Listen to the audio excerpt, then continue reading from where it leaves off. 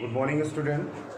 जैसे कि हम लोगों ने कल पढ़ा था एथेनोइक एसिड के बारे में, उसकी कुछ प्रॉपर्टीज़ हुई थी। उससे पहले हम लोगों ने आपको बताया था कि क्या जो एथेनोइक एसिड कैसे प्राप्त करते हैं, यानी निर्माण की विधियाँ हो गई थी, फिजिकल प्रॉपर्टी हो गई थी और उसके कुछ रासायनिक गुण हो गए थे। ठीक है, तो कुछ रासायनिक गुण बाकी थे जो मैंने बोला था कि उसको हम नेक्स्ट लेक्चर में कंप्लीट करेंगे। तो आइए आगे चलते हैं।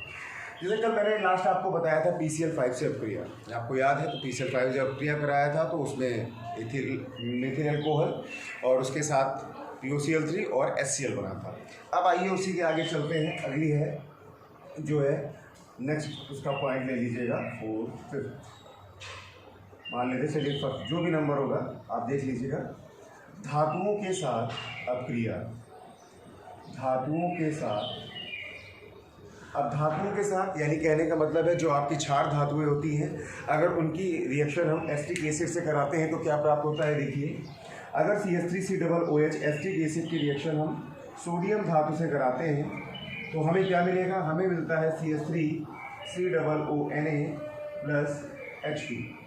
ठीक, तो अब क्या होता है, यहाँ पर आपका 2 से मल्टीप्लाई, ये आपका 2 से मल्टीप्लाई और ये 2 से मल्टीप्लाई। और इसमें यानी कहने का मतलब ये है कि जब एसिटिक एसिड या एथेनोइक एसिड किसी भी धातु के साथ अपक्रिया करता है तो वो H2 हाइड्रोजन गैस को क्या करता है? रिलीज करता है, निर्गत करता है। अगला देखिए, अगली है धातु कार्बोनेट के साथ अपक्रिया, धातु कार्बोनेट के साथ। अब धातु कार्बोनेट यानी अब वही उसी तरीके से आप कोई भी धातु कार्बोनेट ले लीजिए। तो धातु कार्बोनेट में जैसे आपका आता है सोडियम कार्बोनेट, मैग्नीशियम कार्बोनेट, तो आप इनमें से कोई भी एक ले लेते हैं। तो हम ले लेते हैं, इसको ले लेते हैं CH3COOH, इसकी रिएक्शन हम करा देते हैं Na2CO3 से। ये आपका धातु कार्बोनेट है Na2CO3। तो अब जब NO2CO3 से रिएक्शन कराएंगे तो क्या बनेगा बेटा? बिल्कुल वैसे ही है जैसे सबसे पहले आपका क्या बनेगा, CH3COONA, यह आपका सोडियम एसीटेट प्राप्त हो गया। और उसके बाद क्या बनेगा? अब उसके बाद जो इसमें बचा हुआ है वो हमें निकालना है। तो इसमें क्या क्या बचेगा? इसमें बचेगा CO2 और साथ में निकल जाएगा, क्या निकल सकता है?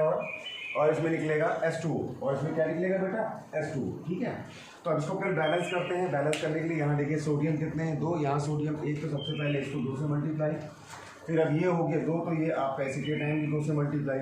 ठीक है, अब देखिए क्या ये बैलेंस है पूरा? जी बिल्कुल पूरा, तो पूरी तरीके से ये बैलेंस हो गया। ठीक है, अब उसके बाद आइए आगे देखते हैं। अगली हम देख लेते हैं कौन जो रिएक्शंस है। ठीक है, अगली अगर हम देखें तो इसका हम देख लेते हैं विकार्बोक्सिलीकरण।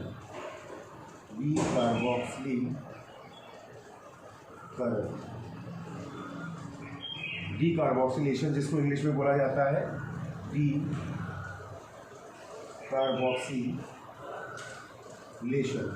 तो डीकार्बोक्सिलेशन में क्या होता है? डीकार्बोक्सिलेशन में होता ये है कि जो आपका एसिटिक एसिड होता है, एसिटिक एसिड का जो आपका सोडियम सॉल्ट होता है, ये मान लेते हैं जैसे ये अभी हमने बनाया था, ये सोडियम सॉल्ट होता है एसिटिक एसिड। ठीक है, यानी कहने का मतलब ये है CH3COONA, यानी एसिटिक अम्ल का सोडियम लवण। ठीक है, तो सोडियम आपका सोडियम एसिटेट है। इसकी रिएक्शन हम किससे करा दें? सोडा लाइम NaOH से कराते हैं कैल्शियम ऑक्साइड की प्रेजेंस में।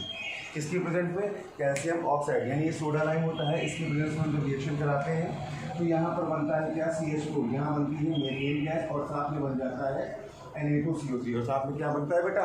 Na2CO3। डीकार्बोक्सिलीकरण का मतलब क्या होता है कि यानी जो आपका एसिटिक एसिड है उसका सोडियम सॉल्ट, सोडियम लवण की रिएक्शन हम सोडा लाइम के साथ कराते हैं। तो soda lime NaOH plus CaO, इस जब कराते हैं तो यहाँ पर CH4 यानी मेथेन गैस बन जाती है और साथ में बनता है क्या? Sodium carbonate. कोई दिक्कत इसमें? ठीक है बेटा, अब उसके बाद आइए हम इसी में आगे चलते हैं। इसी में आगे देख लीजिए जो आपको पढ़ना है, बस ज़्यादा इसकी प्रॉपर्टीज़ नहीं है, 1-2 प्रॉपर्टीज़ बची हुई हैं। अब आइए इसका देखते हैं हम अपचयन। अब इसका हम कराते हैं, अगली रिएक्शन है 8 नंबर की अपचयन। ठीक है बेटा, अपचयन यानी रिडक्शन, इसको बोलते हैं इंग्लिश में रिडक्शन। ठीक, तो रिडक्शन जब कराते हैं तो क्या होता है? जब एसिटिक एसिड की का रिडक्शन कराया जाता है किसकी प्रेजेंस में? LiAlH4 की प्रेजेंस में, CH3COOH। इसका जब अपचयन कराते हैं LiAlH4 लिथियम एल्युमिनियम हाइड्राइड की प्रेजेंस में जब इसका अपचयन कराया जाता है तो बेटा क्या मिलता है, तो हमें ये जो एसिटिक एसिड है ये अल्कोहल में परिवर्तित हो जाता है। किसमें परिवर्तित हो जाता है? अल्कोहल में, ठीक। और साथ में क्या निकल जाती है? H2O। और क्या साथ में निकलता है? H2O, ठीक है। तो अपचयन किसकी वजह से होता है? ये आपका होता है नेसेंट हाइड्रोजन, नवजात हाइड्रोजन की प्रेजेंस में होता है अपचयन आपका। तो ये एसिटिक एसिड एथिल अल्कोहल में बदल जाता है और यहाँ पर जल प्राप्त होता है, ठीक। अगला ये देखिए, अगली जो है बहुत इंपॉर्टेंट रिएक्शन है। अगली जो इंपॉर्टेंट रिएक्शन है उसका नाम है स्मिट अपक्रिया। क्या नाम है बेटा? स्मिट अपक्रिया। स्मिट अपक्रिया। अब स्मिट अपक्रिया क्या है बेटा? इसमें क्या करते हैं? SCHMI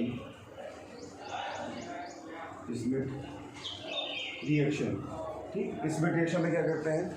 इसमें क्या होता है कि इसमें जो एसिटिक एसिड होता है, एसिटिक एसिड के रिएक्शन हम हाइड्राजोइक अम्ल से कराते हैं।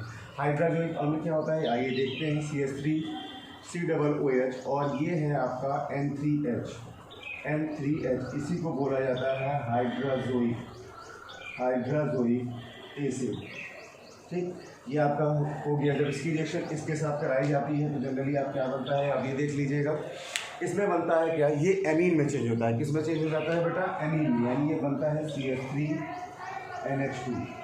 क्या बन जाएगा बेटा? CH3NH2 और साथ में क्या निकल जाती है? और साथ में निकलती है CO2 गैस और साथ में निकलती है N2 गैस, ठीक है। ये आपका बन जाता है मेथिल एमीन। ये क्या बनता है बेटा? मेथिल एमीन, ठीक। और साथ में CO2 गैस और N2 गैस ये आपका होता है, ठीक है। ये इसका जनरली ये आपके एसिटिक एसिड की जनरली जितनी भी प्रॉपर्टीज़ थी वो सारी कंप्लीट हो गई हैं, ठीक है। तो अगर आपको अभी भी कोई दिक्कत लगती हो तो आप हमसे बिल्कुल आप पूछ सकते हैं। चलिए इसके आगे हम पढ़ते हैं थोड़ा सा और पढ़ते हैं साबुन, या जिसको सोप बोला जाता है, ठीक है। आइए देख लेते हैं क्या है सोप।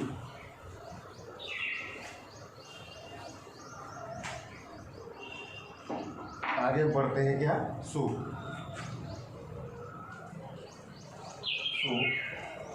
या जिसको बोलते हैं हम साबुन। क्या होता है साबुन? बताइए कोई। हाँ, जो आपका साबुन है ये होते हैं उच्च वसीय अम्लों के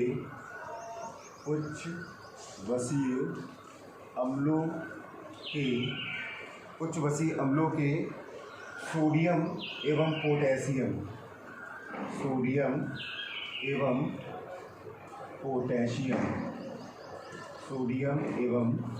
पोटेशियम लवणों को साबुन कहते हैं। पोटेशियम लवण को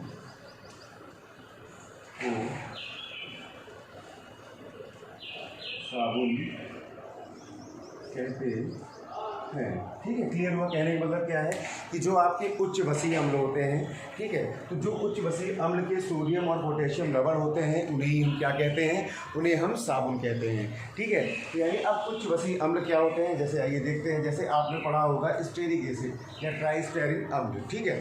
तो अब इसकी जब हम कराते हैं इसकी रिएक्शन देख लीजिएगा। CH2O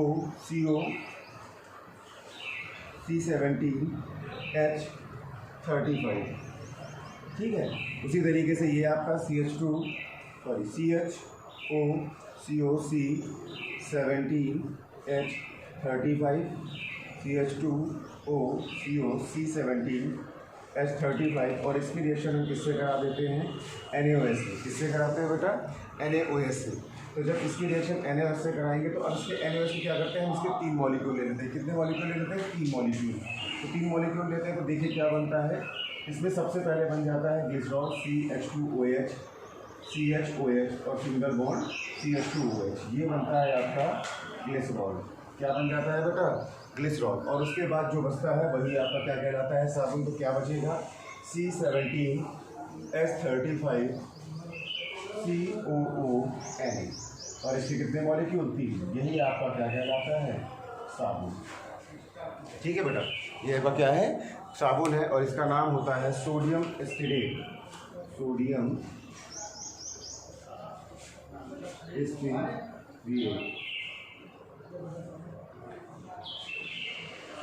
स्टीरेट, ठीक।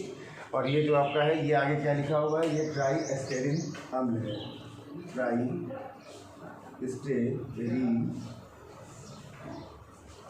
एस्टेरिन अम्ल। देख लीजिए एक बार फिर से, ये आपका ट्राइस्टेरिन अम्ल यानी उच्च वसीय जो अम्ल के होते हैं, ये उच्च वसीय अम्ल होता है। इसकी रिएक्शन हम सोडियम हाइड्रोक्साइड यानी NaOH से कराते हैं।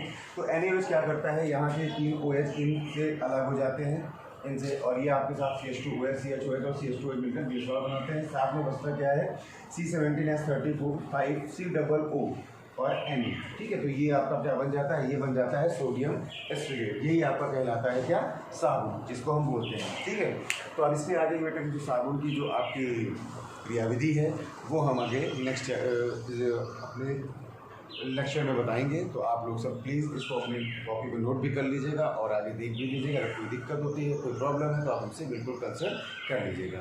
Okay, thank you class.